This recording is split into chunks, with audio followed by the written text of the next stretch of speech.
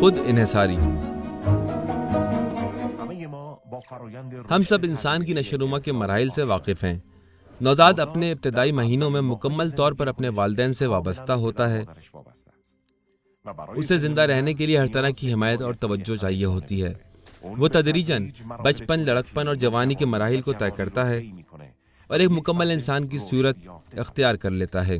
اگر ہم کسی ملک کی اقتصادی ترقی کو ایک بچے کی نشو و نما کے مطابق دیکھیں تو اس کے تقاضوں اور ضرورتوں کو بہتر سمجھ سکتے ہیں۔ ملک کی پیداوار اسی نوزاد بچے کی مانند ہے جس کی اس کے ماں باپ یعنی حکومت کی طرف سے نہ صرف مکمل حمایت ہونی چاہیے بلکہ اس پر آس پاس کے لوگوں اور سارے معاشرے کی بھی توجہ ہونی چاہیے۔ والدین کی ابتدائی سالوں میں توجہ و حمایت تمام جوانب اور مخلصانہ ہوتی ہے، لیکن بچے کی نشو و نما کے ساتھ لڑکپن اور جوانی تک جاتے جاتے یہ توجہ کم ہو جاتی ہے اور اس کی صورت بھی تبدیل ہو جاتی ہے۔ عقل کے تحت مؤثر انداز سے اور پدرانہ طور پر معاملات کو دیکھنا، جن کا ایک مقصد اسے استقلال دینا ہے۔ باپ کوشش کرتا ہے کہ اس کا بچہ آہستہ آہستہ اپنے پاؤں پر کھڑا ہو جائے۔ یہ وہ کام ہے کہ جو حکومتیں انجام دیتی ہیں۔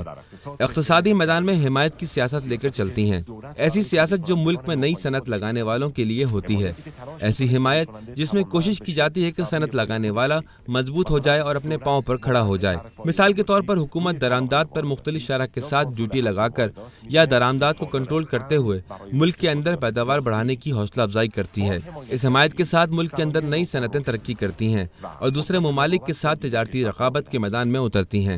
ہلٹن اس حکمت عملی کو اپنانے والا پہلا امریکی وزیر خزانہ تھا۔ وہ مغربی ترقی یافتہ صنعتوں کے مقابلے میں امریکی پیداوار کو بڑھانے میں کامیاب رہا۔ داخلی پیداوار کو بڑھانے کی خاطر حکومتی پالیسیوں کی کئی ایک مثالیں موجود ہیں، جیسے ٹویوٹا کی کمپنی حکومتی توجہ اور حمایت کے باوجود 25 سال تک خسارے میں رہی ہے۔ آخر میں جاپان مجبور ہو گیا کہ اسے قومیہ لے، لیکن آج ٹویوٹا دنیا بھر میں ایک بڑی تعداد میں گاڑیاں بنانے والی کمپنی ہے۔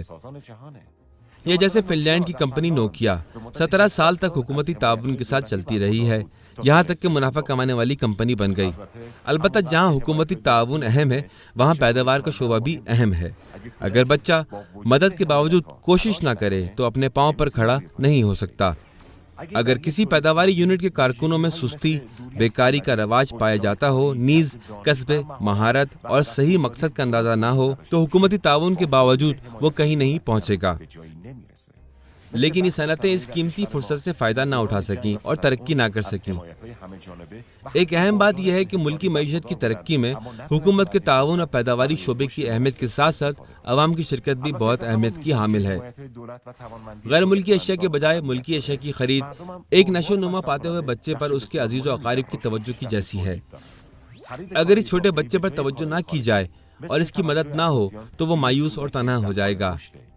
لہذا بعض ممالک میں ملکی اشیاء کی خریداری کو اس قدر اہمیت دی جاتی ہے کہ اگر کوئی ملکی چیز کے بجائے غیر ملکی چیز خریدے تو لوگوں کی طرف سے اس کی مذمت کی جاتی ہے۔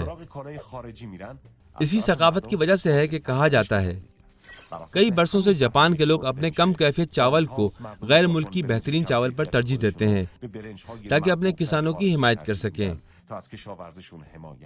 یا جنوبی کوریا کے لوگ جو غیر ملکی سگریٹ خریدنے والوں کو خیانت کرنے والے شمار کرتے ہیں، کیونکہ کارخانوں کی مشینیں اور تیل خریدنے میں جو رقم خرچ ہوتی ہے وہ ضائع ہو جاتی ہے۔ اگر ہم ایک ترقی یافتہ خوشحال معاشرے تک پہنچنا چاہتے ہیں، اگر ہم چاہتے ہیں کہ معاشرے سے فقر و غربت کو جڑ سے اکھاڑ پھینکیں، تو ایک ہی راستہ ہے کہ لوگ ملکی چیزوں کی خرید و فروخت کو فرض سمجھیں اور تولید کرنے والے جہاں تک ممکن ہو سکے باکیفیت چیز بنائیں، اور آخر میں حکومت پیداوار کو بڑھانے کے لیے ممکنہ حد تک تعاون کرے۔